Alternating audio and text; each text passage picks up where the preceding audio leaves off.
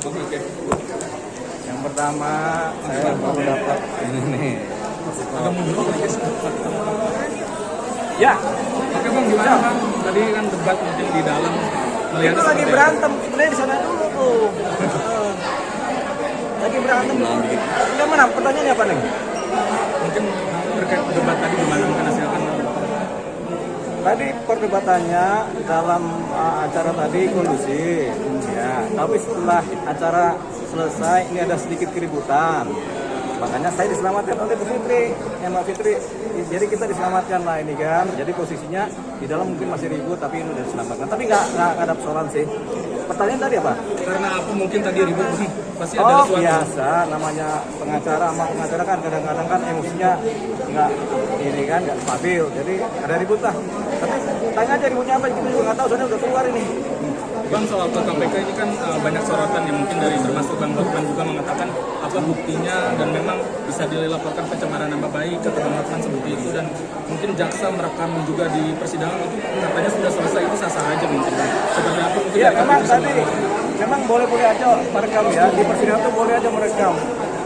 Siapapun boleh merekam, tidak ada persoalan kecuali ditentukan main oleh ketua majelis hakim. Kalau ketua majelis hakim menentukan tidak boleh ada rekaman karena sidang tertutup, ya itu nggak boleh. Tapi kalau dibiarkan ya nggak ada persoalan. Jadi tergantung ketua majelis yang menentukan jalannya sidang kan. Yang pertama, kalau yang mengenai laporan ke KPK itu bukti rekamannya, ya kita nggak tahu isinya apa.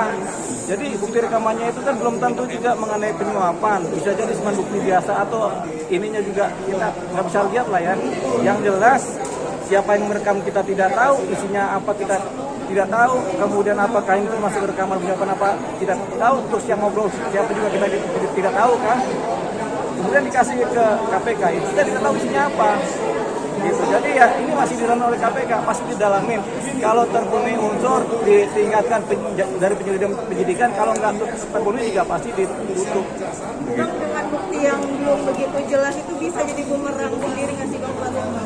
Bisa jadi bumerang, bisa tidak. Kalau terbukti memang ada faktualnya, ada dugaan penyuapan dari kemarin itu bisa berjalan ternyata. Tapi kalau tidak, ini si yang dilaporkan bisa marah kan, bisa kemudian melaporkan balik. Dalam hal ini siapa? Jaksa dan hakim kan juga begitu. Jadi jaksa masih bisa melaporkan balik ini sebagai pribadi yang diduga kan. Jadi ada potensi laporan balik kalau memang laporan yang diajukan ternyata tidak akurat gitu. Fitri mungkin sedikit ada komentar. Fitri, ya. Kalau saya yakin ya, kalau Bang Deolima kan masih ragu. Kalau saya yakin itu hoax yang diberikan oleh terdakwa itu bukan berita yang harus dipertimbangkan ya. Karena saya meyakini sejuta persen bahwa itu tidak terjadi praktek seperti yang dituduhkan oleh terdakwa. Karena sudah sangat mengenal terdakwa, bagaimana Bang Fitri sampai yakin? Apa karena sudah sangat mengenal terdakwa, apa gimana bisa sampai yakin? Dulu saya mengenal, sekarang saya tidak mengenal. Saya tidak tahu jadi kenapa dia jadi seperti sekarang.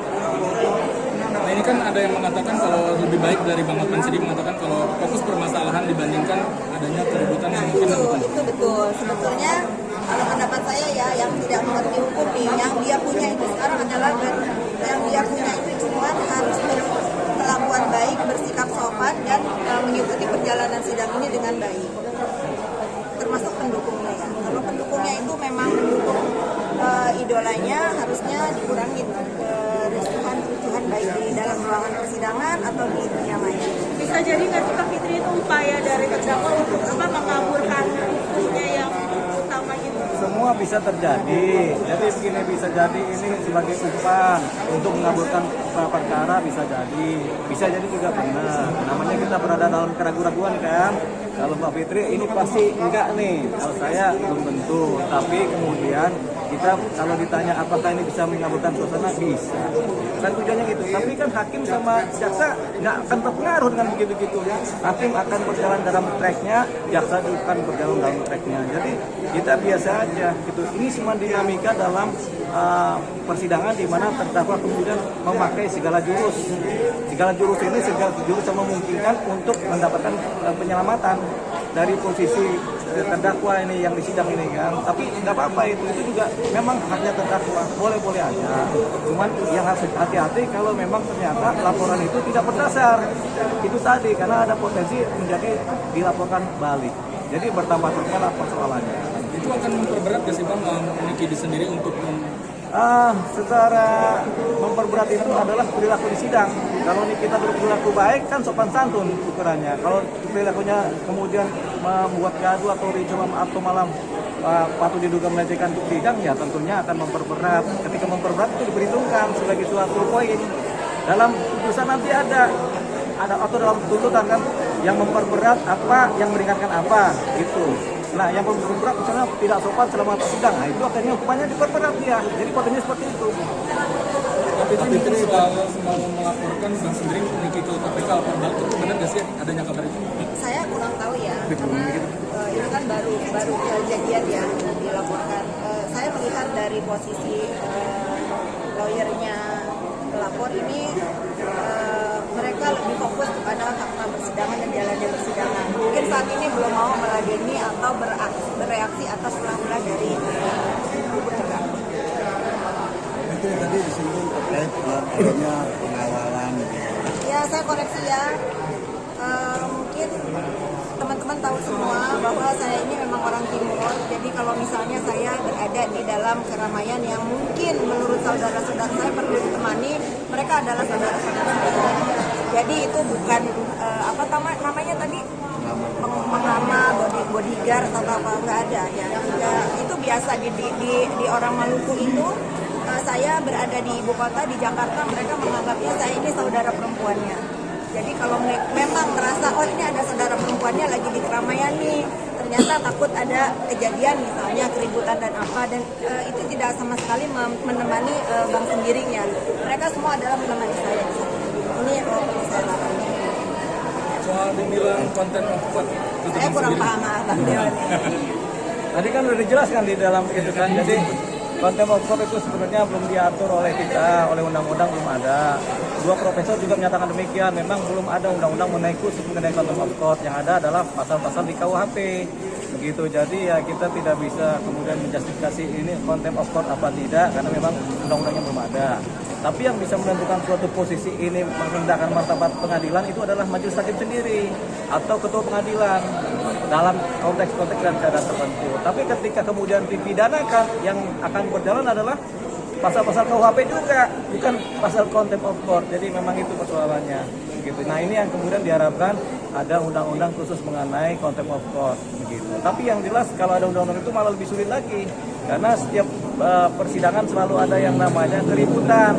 Di sidang manapun juga sering kali terjadi keributan. Ada orang yang merasa tidak adil, ada yang merasa kurang adil, kan dimulai keributan. Jadi itu biasa. Artinya dinilai dari perilaku dari terdakwa. Ya, nggak cuma terdakwa, contempt of court itu bisa jadi pengacaranya juga melakukan tindakan pelecehan terhadap sidang, bisa jadi gitu. Kalau konteksnya contempt of court, tapi kita sebenarnya belum mengenal contempt of court. Yang kita kenal adalah delik-delik biasa di KUHP gitu, di mana ada orang dihina, ada orang kemudian dirugikan, ada kegiatan-kegiatan yang merusak, ada berantem-berantemnya, itu yang disebut sebagai. Tapi sepatutnya memang kan harus bersikap sopan. Iya, sopan di persidangan tujuannya supaya apa? Supaya nanti dilihat oleh majelis hakim bahwasanya ini memang terdakwa beradab kan gitu. Fitri, terakhir mungkin ada pesan apa yang ingin disampaikan ketika nanti di sidang hari Kamis mendatang? Fokus kepada persidangannya, lebih mendengarkan nasihat hakim, selalu kan ditegur sama majelis hakim yang mulia, terdakwa agar disimak, terdakwa agar mendengar, biar dia paham. Fokus.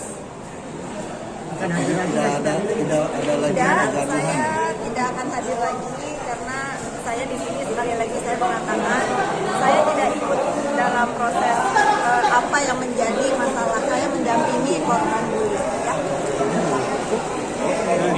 Terima kasih Bang.